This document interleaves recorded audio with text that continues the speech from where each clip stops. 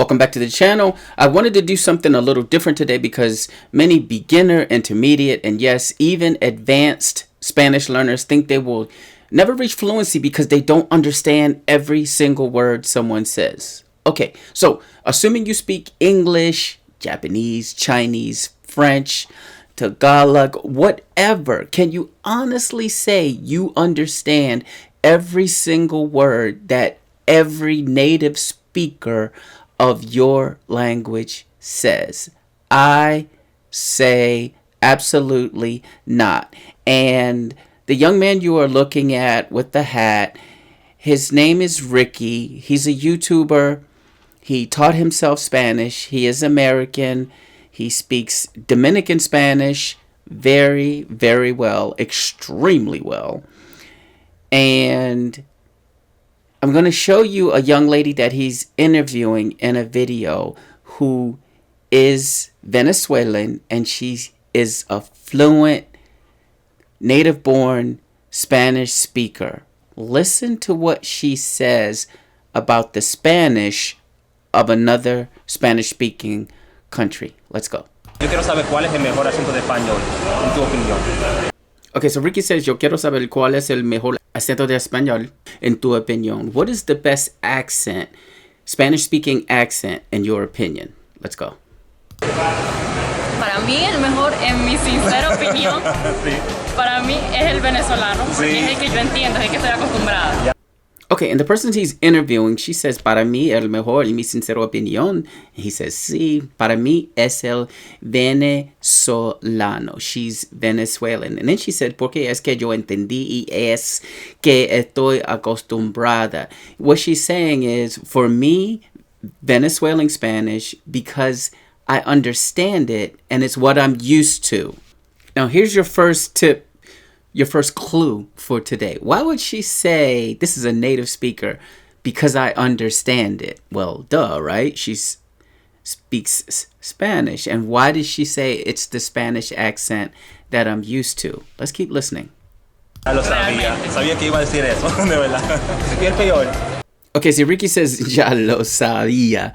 I knew that. Sabía que iba a decir eso, de verdad. I knew that she was going to say that, or that you were going to say that. Y el peor. Now watch what she says. Y el peor just means, what is the worst accent? This is interesting and something I thought you guys needed to hear. Wow. Estoy entre no sé, el argentino, puede ser, o el chileno, pero el argentino porque realmente no me gusta mucho el acento, y el chileno porque hablan muy rápido, entonces no los entiendo. Sí. Okay, let's break down this response. She says, estoy entre, so she's kind of hesitant to answer, right? Es no sé, so she's between, no sé means I don't know, el argentino, the Argentinian accent, puede ser o chileno. Now, she says, pero el argentino porque realmente no me gusta mucho el acento. The accent, guys. That's what she doesn't like about Argentinian Spanish. This is what she says about Chilean Spanish. Then she says, y el chileno porque habla muy rápido y yo no entiendo. This is fascinating. This is a native speaker, someone born and raised speaking Spanish. And she's telling you, I don't like how people from Chile speak because they talk too fast and I don't understand them. Do not worry about not being able to distinguish and decipher every single word. In fact, I took a few screenshots from the International Center for Language Studies, and this is interesting. Let me read. Linguists rarely agree on a single definition of second language fluency, but at ICLS, we offer a common sense definition. A speaker achieves language fluency once they can confidently, competently, and easily express themselves in a language other than their own. Being fluent in another language doesn't demand complete mastery of vocabulary.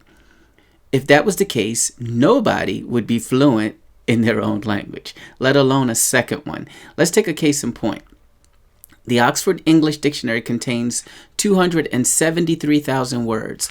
About 171,000 are in current use. However, the average educated English speaker will know and speak somewhere between 20 and 30,000 words. But knowing just 1,000 to 3,000 words in English is sufficient to carry on everyday conversations. It's generally acknowledged that advanced language users know 4,000 to 10,000 words, while 10,000 or more words places them in the bracket of native speakers. But language fluency really isn't all about the number of words you know. Understanding the relationships between words and expressions is what ultimately creates meaning.